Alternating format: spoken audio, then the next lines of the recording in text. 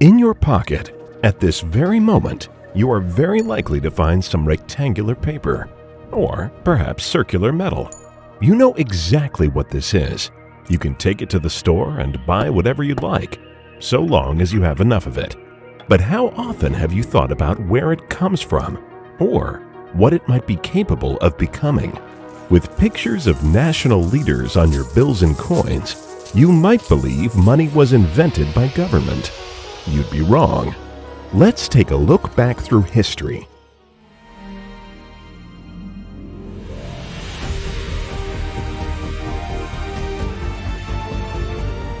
To explain how we got here. In the early days of human civilization, humans began to divide their labor. Rather than each person chopping their own lumber, and building their own tools, and their own shelter, and hunting their own deer, and fishing their own fish, and gathering their own fruits and vegetables, people realized they could specialize in certain jobs and trade what they produced, becoming far more productive in the process.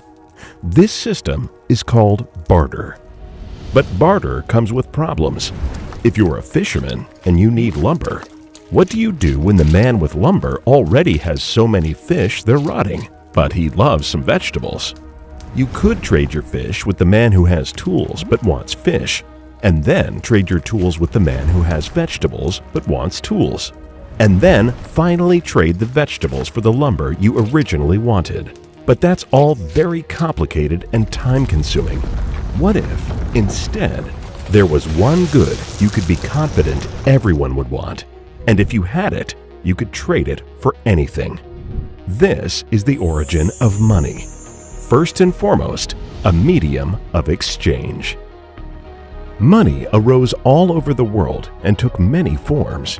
For example, barley, seashells, and cows. But to work well, money ideally meets certain characteristics. Unlike in a barter economy, it is mutually acceptable to everyone. Unlike a cow, it is fungible, meaning that one unit is identical and interchangeable with any other.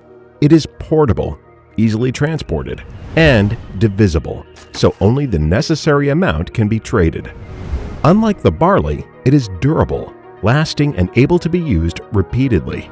And unlike the seashells, it is limited in supply, so its value remains consistent. Understanding these traits led money to be improved over time. Civilizations found that precious metals such as gold and silver worked well as money. One unit was identical to any other. It could be melted down or cut to divide it into smaller pieces and make it easily transported. It was durable and could last forever. And it was rare but available all around the world, making it desirable for trade across civilizations. The first known use of precious metal coins as currency occurred in approximately 630 BCE in the Anatolian kingdom of Lydia, located in modern-day Turkey. The neighboring Greek and Persian empires quickly followed their lead. Coinage also appears to have independently developed in China at around the same time. Metal currency conquered the world, and with only limited exceptions and minor innovations, it would remain that way for millennia. One of these innovations, however, was the introduction of paper banknotes, representing gold or silver held by one's bank, but traded in lighter and more transportable form. With these paper notes, banks realized they could lend out more money to borrowers than they actually held in precious metal reserves. This wasn't a problem, for the most part, unless too many people tried to turn in their paper for precious metal all at once. In the 20th century, 2 world wars rattled the global economy. In 1944, 44 nations met in Bretton Woods, New Hampshire, to reorganize the troubled international monetary system. To promote stability in international trade, these nations agreed to fix the value of their currency to that of the world's new superpower, the United States. Government central banks around the world began to hold dollars convertible into gold instead of actual gold. However, to finance the Vietnam War and domestic welfare spending, the United States began to print far more paper notes than could be redeemed by their gold reserves. Realizing there wasn't enough gold for everyone, Other countries in the Bretton Woods system began to try to convert their dollars into gold while they still could. In response to the crisis, in 1971, then U.S. President Richard Nixon ended the convertibility of the dollar into gold. Yet the dollar remained the currency most held by banks around the world. And so, for the first time in millennia, the world's dominant currencies were no longer backed by the value of precious metals. This is known as a fiat currency system, meaning currency that has value because governments declare it to have value and mandate people use it. If you found a dollar bill in your pocket, you would find that it says, "This note is legal tender for all debts public and private." Other nations' fiat currencies carry similar requirements. Although fiat currency remains controversial, most economists see it as beneficial, as it allows governments to expand and contract the supply of money in the economy at their will, believed to be a tool they can use to help control and prevent economic downturns.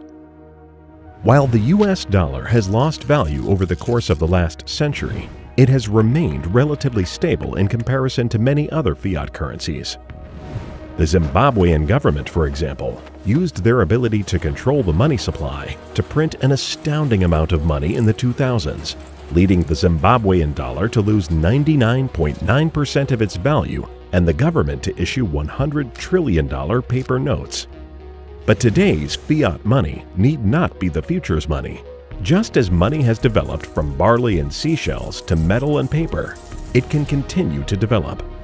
Bitcoin and other cryptocurrencies pose the greatest threat to government fiat currencies yet known, and hold new innovations that can revolutionize what money is capable of.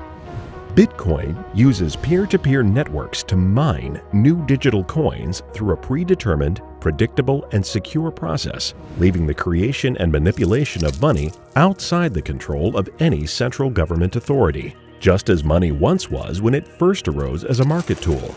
A person in North America and a person in Asia can send cryptocurrency to each other at the speed of light with no middleman, with a publicly auditable record, making the complicated and expensive systems banks use to transfer money from one account to another obsolete. For immigrants working in nations far away from their families, cryptocurrency has already revolutionized their ability to send money back home. The nation of El Salvador was the first in the world to make Bitcoin legal tender, requiring businesses to accept it, to help facilitate these remittances, and to help its approximately 70% of citizens who do not have access to banks, and with crypto technology, won't need to. But this is only the start of what cryptocurrency is capable of. Some crypto coins, such as Ethereum, make it possible for money to do far more than change hands.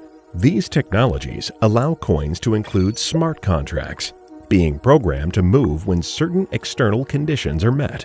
For example, if two individuals wanted to bet on how many people will give this video a thumbs up or subscribe to our channel, they could enter a smart contract to make sure the money goes to the winner without the need to trust each other, nor to have any third party involved. On some decentralized finance platforms, an individual can take a loan collateralized by the value of their own assets, with no bank involved, and thus no need for good credit and no permission needed from anyone at all, with the loan provided by other crypto owners and automatically executed by a smart contract.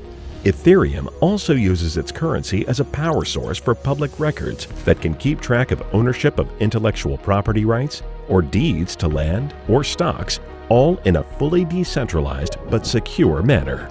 Imagine stock trading without the need for any stock market. Governments, however, usually don't respond well to losing their power to control money. In 1933, during the depths of the Great Depression's financial crisis, U.S. President Roosevelt confiscated all Americans' gold at threat of arrest and imprisonment, returning to them paper banknotes, and then cut the gold value of the paper notes.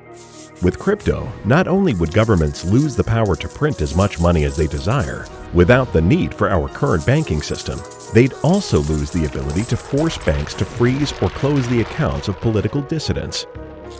For example, when Canadian truckers protested COVID lockdowns, their government was able to lock their bank accounts, but it couldn't stop their Bitcoin transactions. To deal with this, governments have already discussed rolling out central bank digital currencies, money with all the features of crypto, but fully at their control. Repressive governments will be able to track all transactions and in an instant add or remove money from their subjects' accounts. If cryptocurrency takes off, it could be the most powerful tool yet of states to control their people. Or it may be the death of fiat currency and government power over money and its return to the people. The far future may even see government fiat currency become worthless and, in the process, no longer able to prop themselves up through money printing, collapsing today's most powerful nations. In its wake, some have theorized that crypto may be used to create new governments, organized and democratically managed through its decentralized smart contracts and other new layers of cryptographically secure peer-to-peer technology. We won't know until we see it, but money has for millennia been, and will continue to be, one of humanity's most important tools. Will crypto replace fiat? Can the world's governments survive competing currencies outside of their control? And what innovations might future money someday offer that current-day crypto technology hasn't yet shown us?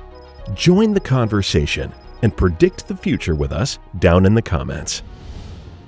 Beyond Now is a new channel dedicated to helping people connect with humanity and the universe's past and to inspire them to dream about the future. We have big plans to create much more content doing just that. In addition to liking, commenting, and subscribing, we hope you'll also consider supporting Beyond Now to enable us to continue making videos and grow our channel by becoming a patron.